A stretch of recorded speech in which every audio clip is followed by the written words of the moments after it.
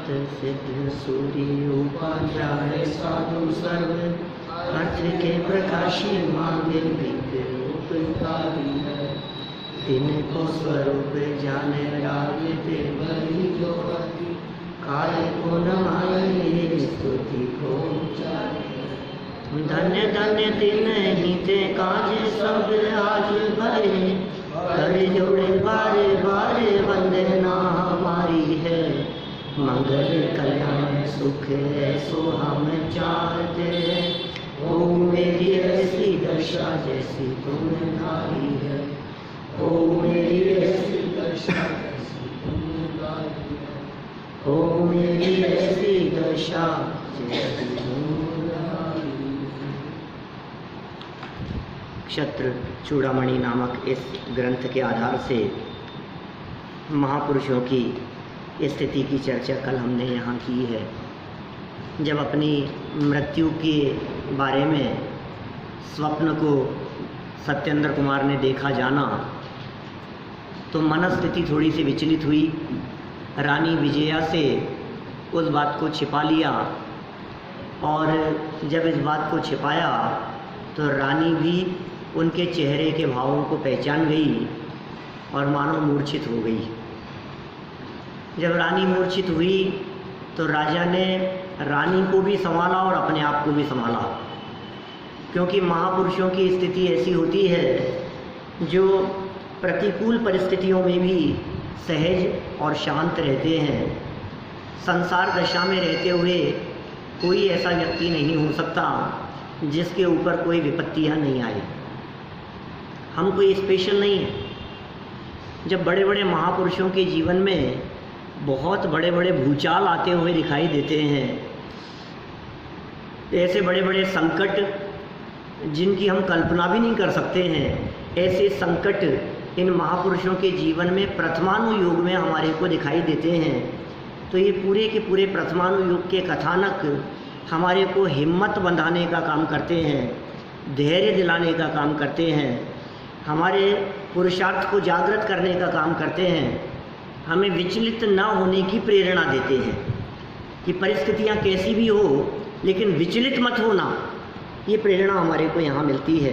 देखिए, राजा के द्वारा रानी को संबोधन 29 नंबर श्लोक है, 57 नंबर पेज है। स्वप्न दृष्ट कृते सतो नष्टा सुम किम तनोषि माम मैं ही रक्षितुमिच्छन्तो निर्दहन्ति फलद्रुमम्।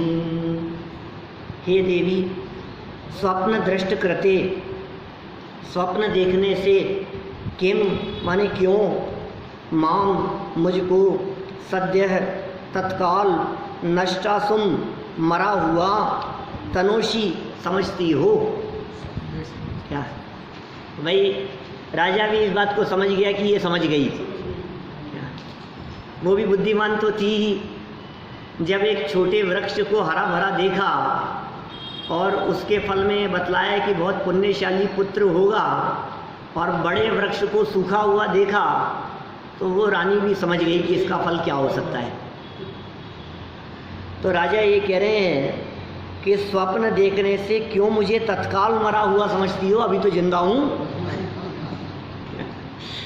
अत्र है नीति कि निश्चय से फलद्रुमम, फल वाले वृक्ष की रक्षितुम इच्छन्तः, रक्षा करने की इच्छा वाले पुरुष, तम माने उसको, न निर्दहन्ति नहीं जलाते हैं।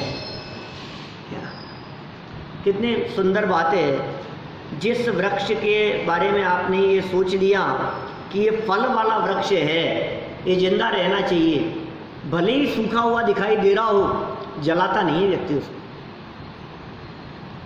क्या पता दिख तो सूखा हुआ रहा है, लेकिन क्या पता कब हरा भरा हो जाए। इसका मतलब जो उससे उत्तम फल चाहता है वो उस परिस्थिति को देख कर के भी उत्साहवान रहता है। ये कहना चाह रहे हैं यहाँ। देखिए, हे रानी, स्वप्न देखने मात्र से तुम मुझे तत्काल मरा हुआ क्यों समझती हो? फल सहित वृक्ष की रक्षा करने की भावना रखने वाले लोग उस वृक्ष को जलाते नहीं हैं। फल सहित वृक्ष की भावना रखने वाले। देखिए विशेषार्थ में रानी कुछ बोली नहीं, तब भी राजा ने रानी के मूर्छित होने का कारण तथा उसकी मनोदशा को जान लिया। रानी ने तो कुछ नहीं कहा कि आप मरने वाले हो, लेकिन राजा समझ गया कि इसने क्या समझा होगा। अतः वे रानी को समझाते हैं कि हे देवी, मात्र स्वप्न से ही मुझे मरा हुआ मत जानो। कितना प्रैक्टिकल है। व्यक्ति को यदि कुछ घटना के बारे में कह दिया जाए कि तुम मरने वाले हो, तो ऐसा लगने लगता है कि जैसे अभी मर गया। आपसे कहा जाए 6 महीने बाद मरेगा, तो 6 महीने तक उसको अच्छा सुख शांति नहीं दिखेगी। वो 6 महीने में मरा ही मरा अनुभव करेगा। मैं तो मर रहा हूँ, मैं तो मर रहा हूँ, मैं तो मर रहा हूँ, मरने वाला हूँ, अब तो मरने वाला हूँ, क्या हो गया है तुझे। और यही स्थिति तो देवगति के जीवों की भी होती है। स्वर्ग में रहने वाले जो देव हैं, जिनके 6 महीने पहले गले की माला मुरझा जाती है, या समझ लीजिए नेत्रों की ज्योति मंद पड़ जाती है, या सारे जगत के पदार्थ उन्हें फीके फीके दिखने लगते हैं, उन्हें इस बात का पता लग जाता है कि मैं 6 महीने बाद मर के कहाँ जाने वाला हूँ। अब 6 महीने कैसे बीतते हैं। अभी अनुकूलताओं में कुछ कमी थोड़ी ना हुई है, अभी कुछ छीना नहीं गया है आपसे। अभी जो था वो सब कुछ आपके पास में एज इट इज़ है, लेकिन उसके बावजूद भी उनकी 6 महीने की जो दशा है, वो शास्त्रकार लिखते हैं कि भाई साहब सारे जीवन भर के भोग सब पानी फिर जाता है सब। सारा अब जो बचा हुआ जीवन है वो निस्सार दिखने लगता है। अब तो ख़त्म हो जाएगा जीवन, क्या सोचने लगते हैं वो। आप सोचिए, यहाँ रानी ने भी जब ये सोचना विचार किया, जब सोचना शुरू किया कि ये मर जाएंगे, तो समझदार व्यक्ति क्या समझाएगा। महीने 2 महीने 6 महीने बाद मरूंगा ना, जब होगा तब होगा ना। आज क्यों परेशान हो उस चिंता से। भविष्य में होने वाली अशुभ की आशंका से वर्तमान क्यों खराब करते हो। वर्तमान खराब करना तो समझदारी का काम नहीं है। अरे जितने पल बचे हैं, जितना समय, जितने क्षण बचे हैं, वो पर्याप्त है आपके जीवन को सफल करने के लिए। और कम से कम जितने बचे हैं उसमें तो मज़े मनाओ, शांति से रहो, आनंद से रहो। क्यों कष्ट पाते हो। नहीं कष्ट मिलेगा, नहीं कष्ट मिलेगा तभी भोग लेना कष्ट। अभी से क्यों कष्ट भोगना शुरू कर रहा है। देखिए, हे देवी, मात्र स्वप्न से ही मुझे मरा हुआ मत जानो। फल सहित वृक्ष दीर्घ काल तक बना रहे, चतुर लोग ऐसा ही प्रयास करते हैं। जितना समय खिंच जाए उतना अच्छा है। किसी व्यक्ति के डॉक्टर ने कैंसर बता दिया, अब क्या करेंगे, क्या करें। हो सकता है ना, ऐसे कई लोगों को आपने अपने पास से जाते हुए देखा ना, जिनके कैंसर था। अब क्या करें उसको। कैंसर पता लगने के बाद में व्यक्ति अपने आप ही मरने लगता है। रोग से मरेगा तब मरेगा, जो भी होगा सो होगा। तो अभी से क्यों मर रहा है। ऐसा नहीं हो सकता कि तो उस रोग के काल में भी अत्यंत शांत रहे, सहज रहे। अभी पंडित उत्तम चंद जी साहब का सिवनी वालों का जो समाचार मिला अपने को, थोड़े समय पुरानी बात है, महीना भर हो गया उस बात को लगभग। कैसी परिस्थिति बनी बतलाओ। कितने समय से, 1-2 साल से कैंसर था, लेकिन अंत समय में समाधि पूर्वक देह का त्याग किया। माने सारी अभक्ष्य औषधियों वगैरह का त्याग कर दिया, कहीं नहीं गए, घर में रह करके चिंतन मनन करते हुए उन्होंने देह छोड़ी। तो ये फल है उसका। तो वर्तमान क्यों बिगाड़ रहा है। मरूंगा, अरे कैंसर हो गया है तो मरेगा, कि कैंसर नहीं होता तो क्या अमर था। यदि कैंसर नहीं हुआ होता तो क्या अमर होकर के आया था क्या। अच्छा, कैंसर ने कम से कम तेरी 6 महीने की जिंदगी को तो डिक्लेयर कर दिया कि 6 महीने जिंदा है। आज कैंसर नहीं हुआ है तो मेरी मौत तो 6 दिन 6 घंटे में हो सकती है। उसका क्यों नहीं विचार करता है। अभी कैंसर हो गया तो 6 महीने की कह दी डॉक्टर ने, क्या ये 6 महीने रहेंगे, तो ये 6 महीने तो है ना, बहुत बड़ी चीज़ है 6 महीने तो। अमृत चंद्राचार्य कहते हैं 6 महीने तू यदि इस आत्मा का चिंतन करे गहराई से तो तेरा काम नहीं हो, ऐसा नहीं हो सकता। बहुत बड़ी चीज़ मिल गई हमारे को, तो बस 6 महीने ही चाहिए थे, ज़्यादा चाहिए भी नहीं हमारे को। क्या धन्यवाद डॉक्टर साहब, आपने कह दिया 6 महीने तो हैं इनके पास में, बहुत बड़ी चीज़ हो गई। अभी जिनवाणी तो ये कह रही है 6 महीने 6 मिनट नहीं है तुम्हारे पास में, कोई भरोसा नहीं है, बोलो क्या करना है। तो इस जिनवाणी की बात पर तो भरोसा नहीं होता है ना। क्या शास्त्र ये कह रहे हैं, और शास्त्र क्यों प्रकट देखते हैं ना समाज में चारों तरफ, कौन व्यक्ति कब चला जाए।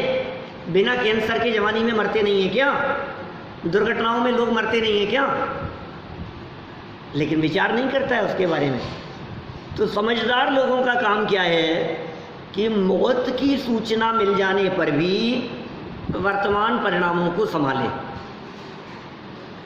मौत की चर्चा होने पर भी, मौत की कोई सामने वाला व्यक्ति गारंटी दे देवे उसके बावजूद भी अपने वर्तमान परिणामों को संभाले।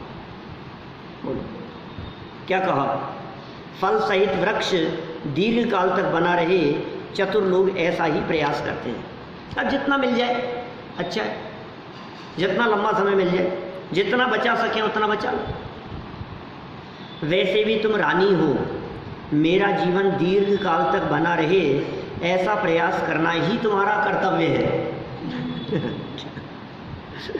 रानी का क्या कर्तव्य है, तो ये कह रहे हैं राजा का जीवन दीर्घ काल तक बना रहे, वो कैसे स्वस्थ रहे, ये ही उसका कर्तव्य है। बुद्धिमान लोग वर्तमान काल को सुखमय बनाने का प्रयत्न करते हैं, भविष्य की चिंता में वर्तमान को बिगाड़ना मूर्खता ही है।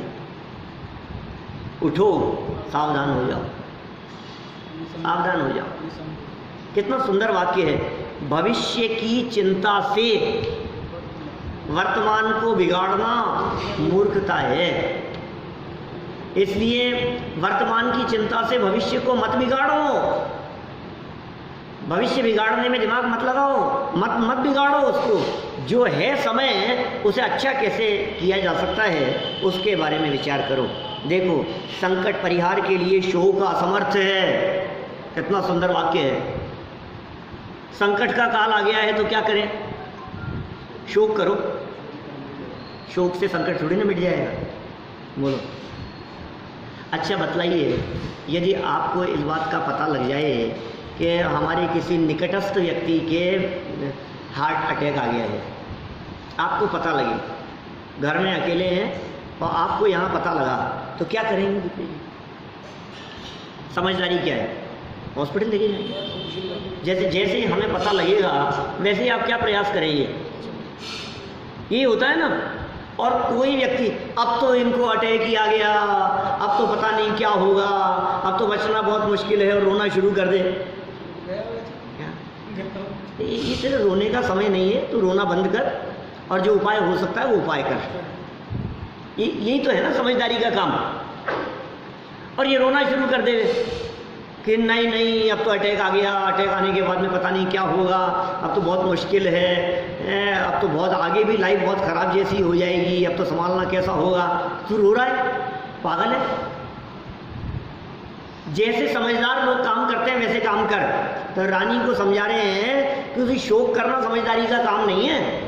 प्रतिकूल परिस्थिति या संकट को देख करके शोक करने से वो संकट मिट नहीं जाता है। तेरे वर्तमान में दुखी होने से आने वाली तकलीफ मिट नहीं जाएगी। पुरुषार्थी लोग संकटों का विचार कर करके रोते नहीं हैं, संकट दूर कैसे हो इस बात का विचार करते हैं। समस्याएं हैं, समस्याएं होती हैं, समस्याएं आएंगी। पीछे तो लिखा ही था, संसार कहते ही उसे हैं जो क्या है, संकटों का साम्राज्य, उसका नाम संसार है। यहाँ लिखा है, इधर लिख दिया, अनेक संकटों के साम्राज्य को संसार कहते हैं। अब क्या करना बोलो, दिख रहा है सब संकट तो आ रहा है, तो रोएं कि उस संकट को कैसे निपटाना है सो देखें। आपके ऊपर बहुत बड़ी आफत आने वाली है, इस बात का पता लग जाए, किसी पार्टी के बारे में आपको पता लग जाए कि ये फेल होने वाली है और आपके 10, 5, 25 लाख रुपए उसके पास में है, फेल होने वाली है, ये पता लग जाए, तो आप क्या करोगे? कैसे ला सकते हैं? जितना जल्दी से जल्दी जो निकले सो ठीक, ये करेंगे ना। आप क्या करेंगे? उपाय क्या करेंगे बताओ? और कोई व्यक्ति कहे अब तो डूबने ही वाला है, आप तो आपको तो पहले ही कही थी, इनको तो ऐसा हुआ था, ऐसा हुआ था, तो रो रहा है यार। जो उपाय हो सकता है सो उपाय करना। संकट आने वाला है, अच्छा चलो कोई बात नहीं, सबको मरना है ना एक दिन, क्या? अरे ये तो कोई बच्चा पैदा हुआ, घर में बच्चा हुआ, जन्म हुआ और ये रोने लग जाए, कि रोता क्यों है? कि जिसका जन्म हुआ है वो तो एक न एक दिन मरता ही है। पागल है। नहीं, सही कह रहा हूं मैं आपको लिखी हुई बात बतला सकता हूँ क्या? और मैंने ज्योतिषियों को जन्मपत्री दिखा करके पूछा कि बताओ ये कभी मरेगा या नहीं, तो उन्होंने भी यही कहा कि कभी ना कभी तो मरेगा ही। अरे मेरा तो दिमाग खराब हो गया ये बात सुनते ही, कभी ना कभी तो मरेगा ही। बुरे थे कि ऐसी हालत दिख रही है, हम सब की हालत इसी प्रकार की है। उसके ऊपर तो हंसी आती है हमारे को कि ये मरेगा, इस बात को सुन करके दुखी हो रहा है, रो रहा है। तो ये रानी की दशा ऐसी नहीं हो रही है, हमारी परिस्थितियां इस प्रकार की नहीं है। समस्याएं हैं, समस्याओं के चिंतन से समस्याएं नहीं मिटती हैं। समाधान क्या है ये बताओ? ये व्यक्ति समस्याओं का चिंतन कर करके रोता रहता है, समाधान के बारे में विचार नहीं करता। अरे जितना समय समस्याओं के चिंतन में बिता रहा है, उतना समय यदि समाधान खोजने में लगाता तो समस्या ही निपट जाती। क्या कह रहे हैं? ये समस्याओं को ले करके रो रहा है ना, ये समस्या है, ये समस्या है, क्या? चाहे बच्चों की समस्या हो, चाहे घर की समस्या हो, चाहे घर में सर्वेंट की समस्या हो, कोई भी समस्या हो, XYZ, आपके घर गृहस्थी में, आपके परिवार में, आपकी लाइफ में जो भी आपको संकट समस्या दिखाई देती है, हम उसके बारे में कह रहे हैं। उस समस्या और संकट के बारे में ज़्यादा चिंतन मत करो, रो मत, दुखी मत हो, शोक संतप्त मत हो। तो क्या करें ये बताओ कि उस समस्या का समाधान क्या है ये बताओ? समाधान क्या हो सकता है? हर व्यक्ति से मिलकर के समस्या की बात करता है, समस्या बतलाता है, समस्या बतलाता है। अरे समाधान के बारे में विचार करना। ये कह रहे हैं संकट परिहार के लिए शोक असमर्थ, असंभव है। संकट मिटाने के लिए शोक असमर्थ है। देखिए क्या कह रहे हैं? विपदः परिहाराय शोकः किं कल्पते नृणाम् पावकेन हि पातः स्यादात्तप क्लेश शान्ते। अन्वयार्थ क्या कह रहे हैं? अत्र नीति, इस बुरी नीति बताई, इसमें कथा ही नहीं है बिल्कुल भी, पूरा श्लोक ही नीति का है। क्या कह रहे हैं? विपदः, विपत्तियों में, विपत्तियों को परिहाराय, दूर करने के लिए, नृणाम, मनुष्यों का, शोक है, शोक, किम, क्या, कल्पते, उचित है। विपत्तियों को दूर करने के लिए शोक करना क्या उचित है? रास्ते में चलते हुए आपके साथ जो थे उनकी दुर्घटना हो गई, एक्सीडेंट हो गया। अब एक्सीडेंट हो गया तो सड़क पे पड़े हुए उनको लेके रोते रहोगा? कैसी परिस्थिति बन गई, हमारे साथ में आए थे, अब हम इनके घर वालों को क्या जवाब देंगे, हमारे भरोसे तो भेजा था इन्होंने। तो दुर्घटना हो गई है तो उनको लेकर के जाना अस्पताल, जो उपाय हो सकता है सो कर। क्यों? देखिए क्या शोक करना उचित है? ही निश्चय से आतप क्लेश शांतये, गर्मी के क्लेश की शांति के लिए, किम, क्या, पाव के अग्नि में पातः स्यात्, गिरा जाता है। अपितु न स्यात्, नहीं, ऐसा नहीं किया जाता। गर्मी की शांति के लिए अग्नि में नहीं गिरा जाता है। शोक स्वयं अग्नि है, या विपरीत परिस्थिति स्वयं अग्नि है। अब उसकी शांति के लिए क्या करें? या आपत्ति को गर्मी कह करके पुकारा, आपत्ति या संकट का काल गर्मी है, अब उसको दूर करने के लिए तू शोक कर रहा है तो अग्नि के समान है। क्या? गर्मी दूर करने के लिए अग्नि जिस तरह से उपाय नहीं है, उसी तरह से आपदाओं को दूर करने के लिए शोक संतप्त होना भी उपाय नहीं है। देखिए, विपदाओं को दूर करने के लिए क्या मनुष्य का शोक समर्थ है? बिल्कुल नहीं है। शोक करने से संकट का परिहार नहीं होता।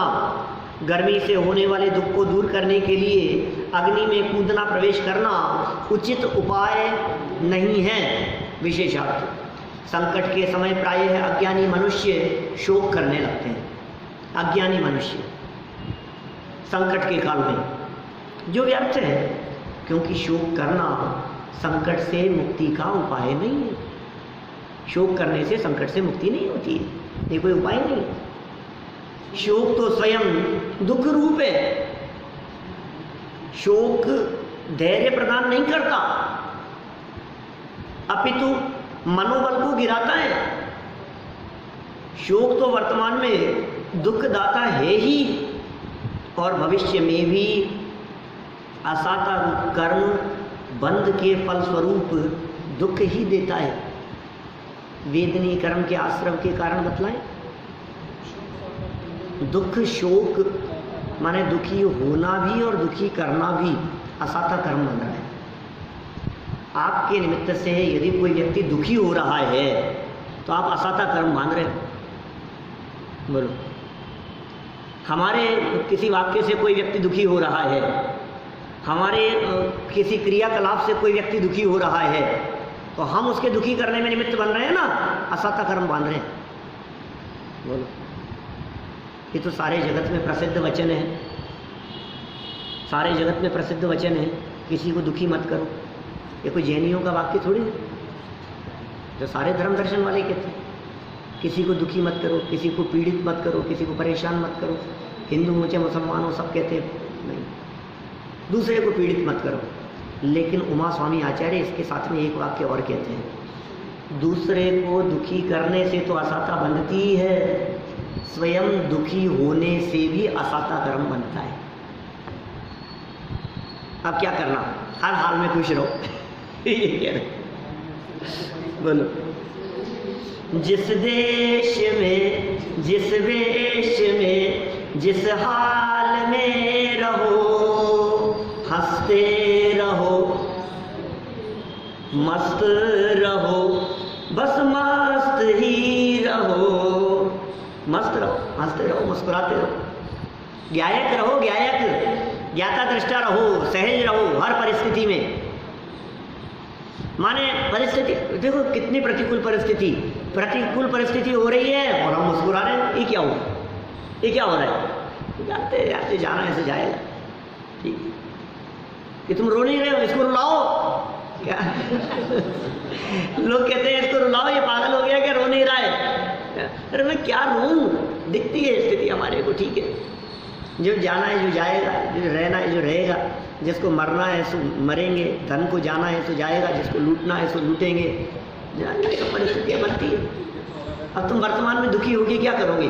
दुखी होना भी उचित नहीं है, ये संदेश देता है हमारे को ये जिनागम, ये जैन दर्शन। ये कितनी पॉजिटिविटी की बातें सिखाता है। पॉजिटिव सोचो।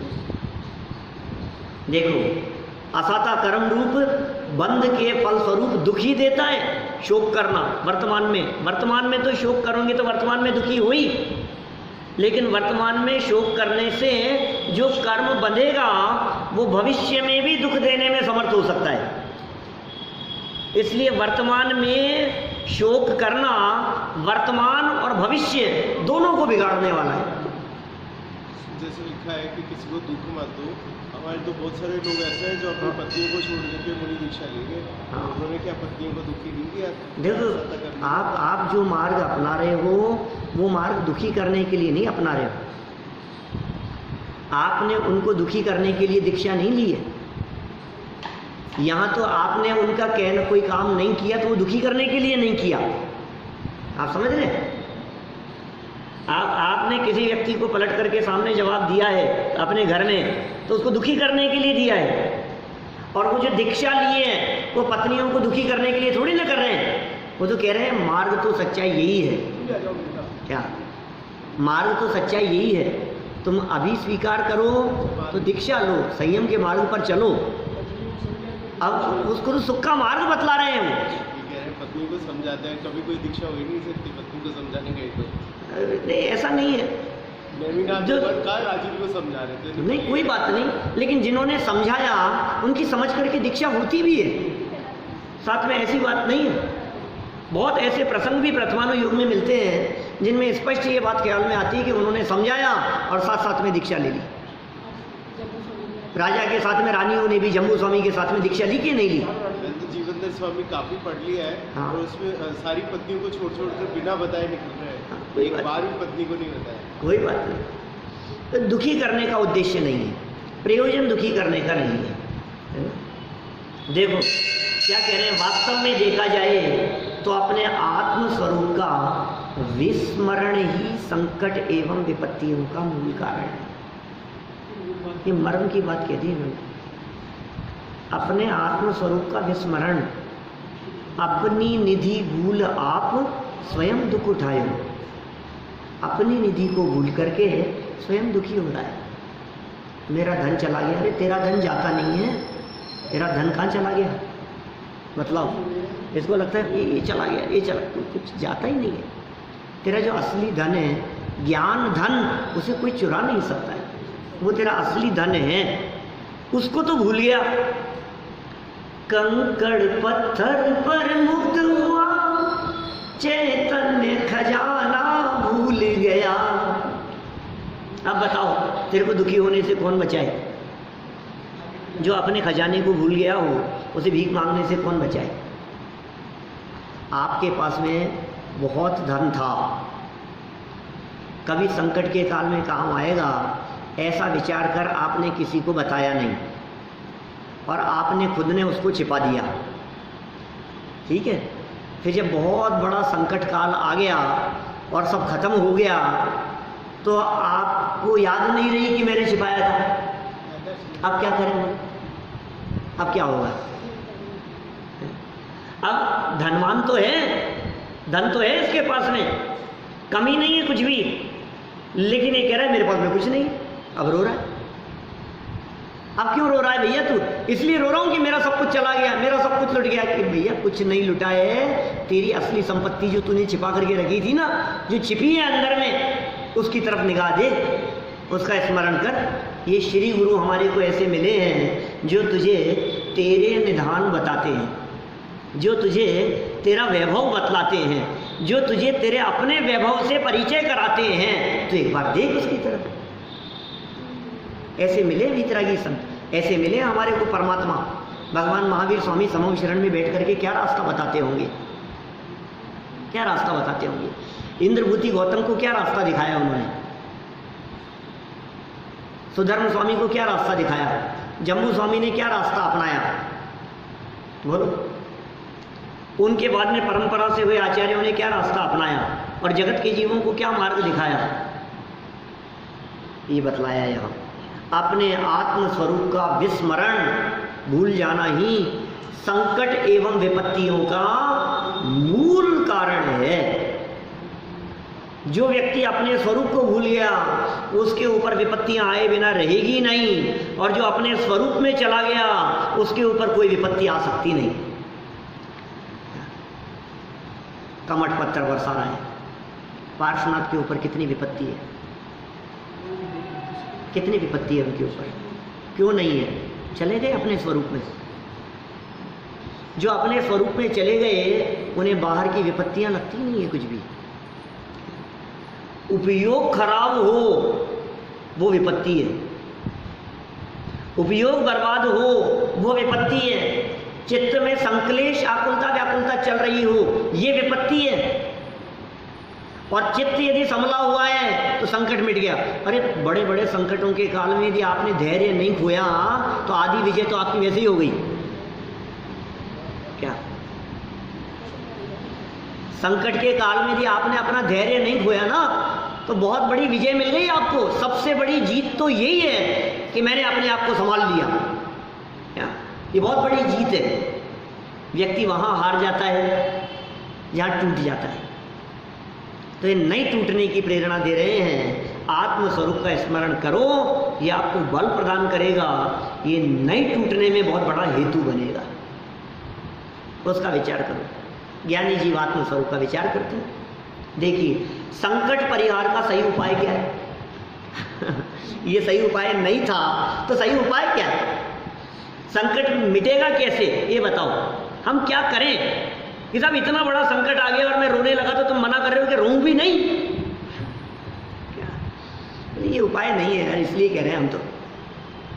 हम ये थोड़ी ना चाहते हैं कि तुम इस समय नाचो, संकट आ गया है तो। लेकिन हम ये कह रहे हैं यार रो मत। हिम्मत दिलाने वाला व्यक्ति क्या करता है?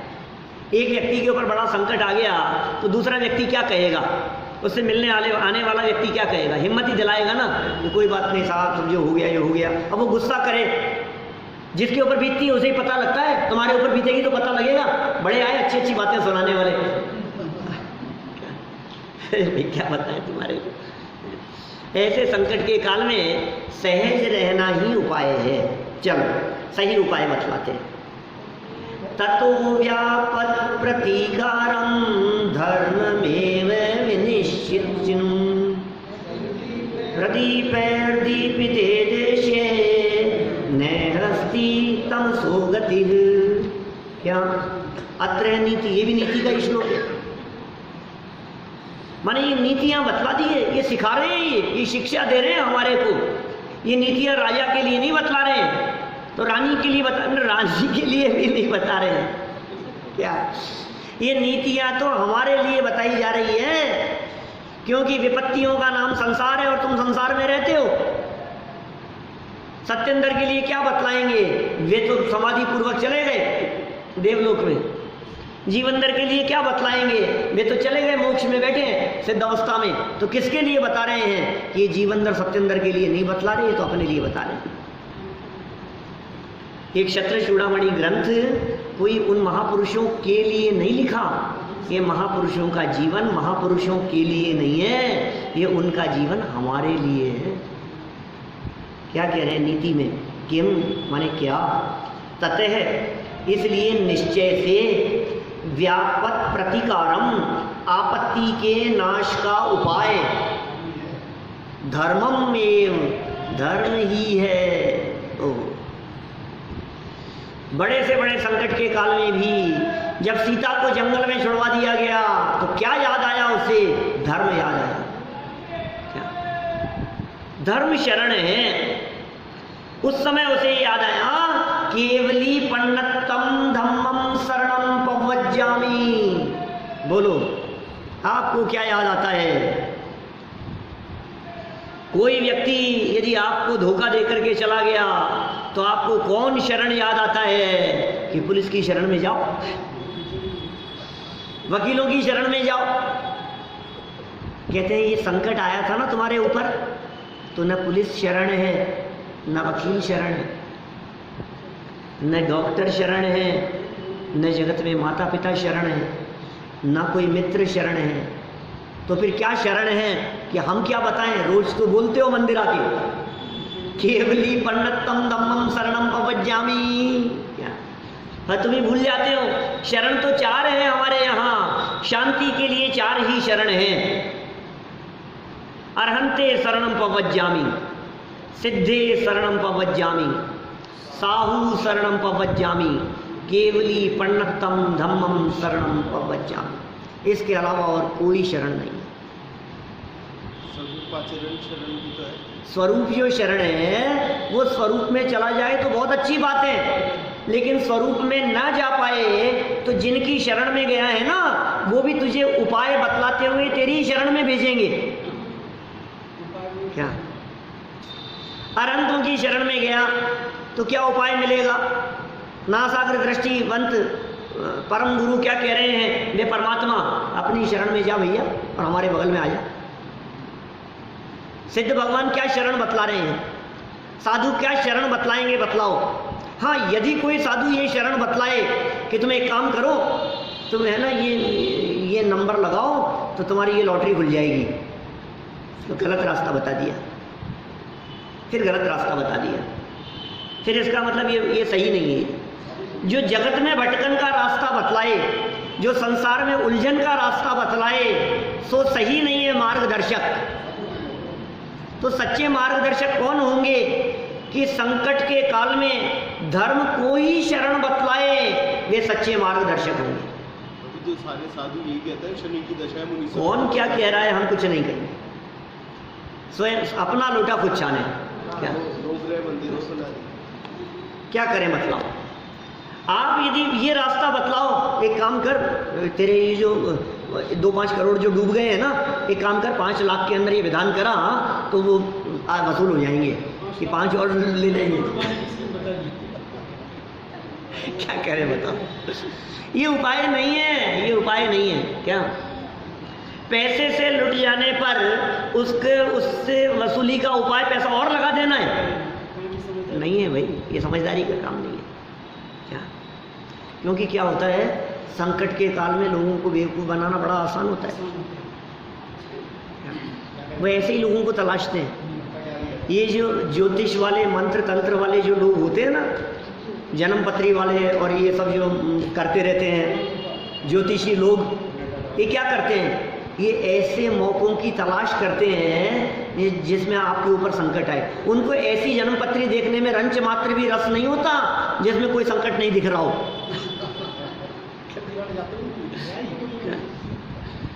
माने उनके लिए तो वही ग्राहक है जो संकट में हो, और वो तो डराते हैं तुम्हारे को, और संकट कम आने वाला हो तो उसको इतना बड़ा चढ़ा करके बतलाएंगे कि तुम थोड़ा बहुत हमारे को दो, हम सब निपटा लेंगे। क्या पागल बना रहे हैं। स्ववचनवादित वाली बात नहीं हो गई है। ये कह रहे हैं बड़ा संकट आने वाला है। मैंने क्या देखा, सुनना, मार्मिक बात कहता हूँ आपने वाली। क्या हमने बड़ा संकट देखा आपकी जन्मपत्री में, और फिर हमने ये कहा कि एक काम करो यार, 21,000 रुपये लगेंगे और ये संकट जो है ये दूर हो जाएगा। तो हम ये पूछ रहे हैं कि 21,000 हमने दिए, मान लो, तो ये जो संकट दूर हो जाएगा, तो आपको ये संकट दूर होता हुआ दिखाई दे रहा है कि आता हुआ दिखाई दे रहा है? पहले ये बताओ। अभी मैंने दिए नहीं पैसे, आप तो हमें ये बतलाओ कि ये संकट दूर होता हुआ दिख रहा है कि आता हुआ दिख रहा है? कि साहब ये तो आपके पैसे पे डिपेंड करता है। आप पैसे दे दोगे तो निपट जाएगा, और आप यदि पैसे नहीं दोगे तो बड़ा संकट आ जाएगा। खुद ही अपने वचनों से बाधित हो रहा है। यदि ये संकट दिख रहा है और कह रहा है पैसे से मिट जाएगा, तो जो दिख रहा है ये बात कही थी वो बात झूठ हो गई ना। नहीं समझ में आ रही है बात क्या कह रहा हूं मैं। बुद्धिमान लोग विचार करते हैं और ना समझ लोगों को लगता है हाँ यार ये कुछ बता देगा, इससे कुछ हो जाएगा। और क्या बता देगा, ठगों की टोली है, सारे दुनिया में लूटने के लिए बैठे हैं लोग। क्या आपके पास बस जितनी बड़ी आपकी जेब हो, क्या वैसा लुटेरा मिल जाएगा आपको। आपकी जेब कितनी है, कैसी है, सावधान रहो भाई। देखो क्या कह रहे हैं यहाँ, निश्चय से आपत्ति के नाश का उपाय धर्म ही है। विनिश्चिनु ऐसा तू ऐसा निश्चय कर ही, माने क्योंकि प्रदीपई दीपिते, दीपकों से प्रकाशित देशे देश में तमसह अंधकार की गति माने स्थिति न अस्ति नहीं होती। क्या कह रहे हैं, दीपकों से भरे हुए देश में वहाँ अंधकार की क्या गति होगी। तो संकट दिख रहा है हमारे को, तो कहा धर्म की शरण ले, वहाँ प्रकाश ही प्रकाश है, फिर संकट तुझे दिखाई नहीं देंगे। चिंतन बदल जाता है ना, एक्चुअल में सोच बदल जाती है। अब सोच और चिंतन बदल गया तो संकट निपट गए। कितने सुंदर, मेरे को तो इतना अच्छा, जब मैं ये छपा नहीं था ना ग्रंथ, उसके पहले पढ़ा था मैंने, छपने की प्रोसेस में था, जब लिखा जा रहा था, जब काम हो रहा था ना, तो उस समय ब्रह्मचारी यशपाल जी मेरे को देते रहते थे और उसको पढ़ते रहते थे। इसमें प्रस्तावना में उन्होंने लिखा भी है, नाम भी लिखा है कि आवश्यक सुझाव जो थे सो, जो भी लगता था जहाँ कि भाई ये उस समय पढ़ी थी, और तब से मेरे मन में थी कि इतना सुंदर ग्रंथ है ये। मेरे से कोई व्यक्ति यदि पूछता है ना क्या कि हमारे घरों में कोई ग्रंथ बांटना है, तो मैं कहता हूँ क्षत्र चूड़ामणि बांटो। हर चीज़ है इसमें, हर तरह का माल है आपकी रुचि के अनुसार। आपको कहानी भी मिलेगी, आपको तथ्य भी मिलेगा, आपको उसमें जीवन कैसे सरलता से बीतना चाहिए वो भी मिलेगा, नीतियाँ कितनी सुंदर सुंदर बतला रहे हैं, जीवन उपयोगी बातें, जीवन जीने की कला, विपरीत परिस्थितियों में धैर्य किस तरह से धारण किया जाए, ये सारी बातें आपको जानने को मिलेगी। ठीक है, देखो क्या कहते हैं, दीपकों से प्रकाशित देश में अंधकार की स्थिति नहीं होता। सरल अर्थ, वास्तव में समस्त आपत्तियों का नाशक एकमात्र धर्म ही है, एकमात्र, अर्थात वस्तु स्वरूप का यथार्थ ज्ञान ही समस्त आपत्तियों का विनाशक है। फिर बात याद आ गई, अपन ने वो शायद प्रसंग पढ़े नहीं इसमें, जो आप पढ़ना इसके अंदर जो मनोगत वगैरह जो लिखे हैं ब्रह्मचारी यशपाल जी ने, उसमें उन्होंने एक बात और लिखी है, जैसे मुझे पसंद है ना ये लिखते समय से, वो उन्होंने अपने बचपन की बात बतलाई। ये वहाँ गुरुकुल में थे, कुंभोज बाहुबली में, वहाँ गुरुकुल में आचार्य समंत भद्र जी महाराज थे, जिनकी प्रेरणा से वो कुंभोज बाहुबली क्षेत्र का विकास हुआ बहुत। वहाँ गुरुकुल में ये रहते थे, पढ़ते थे। तो वो जो महाराज थे उनको ये पूरा का पूरा क्षत्र चूड़ामणि कंठस्थ था। आचार्य समंत भद्र जी महाराज, कोई 50-60 साल पुरानी घटना होगी, समझ लो। उनको इस तरह से कंठस्थ था उन महाराज को कि शुरू से चालू करते थे और अंत तक बोल देते थे, और उल्टा कहो तो पीछे से शुरू करते थे और आगे तक बोल लेते थे, ऐसा कंठस्थ था उनको। तो उनसे जब इन्होंने ग्रंथ ये पढ़ा था ब्रह्मचारी यशपाल जी ने, तब से इनको ये भावना थी कि ये ग्रंथ तो इसके ऊपर हम काम करेंगे और ये इसका प्रचार प्रसार करेंगे। ऐसा इन्होंने लिखा है सब आगे, आप पढ़ना, आपको ऐसी बातें आपको उसमें मिलेंगी। माने मेरा कहने का मतलब है, जो पढ़ेगा वो इस ग्रंथ के ऊपर मुग्ध हुए बिना नहीं रहेगा, ऐसा ग्रंथ है। देखिए क्या कह रहे हैं, जिस प्रकार दीपकों से प्रकाशित स्थान पर अंधकार का प्रवेश ही नहीं होता, उसी प्रकार धर्म रूपी दीपक के रहते हुए विपत्ति रूप अंधकार नहीं रह सकता। ये अंधकार के समान है विपत्तियां, और धर्म संपत्ति के समान है।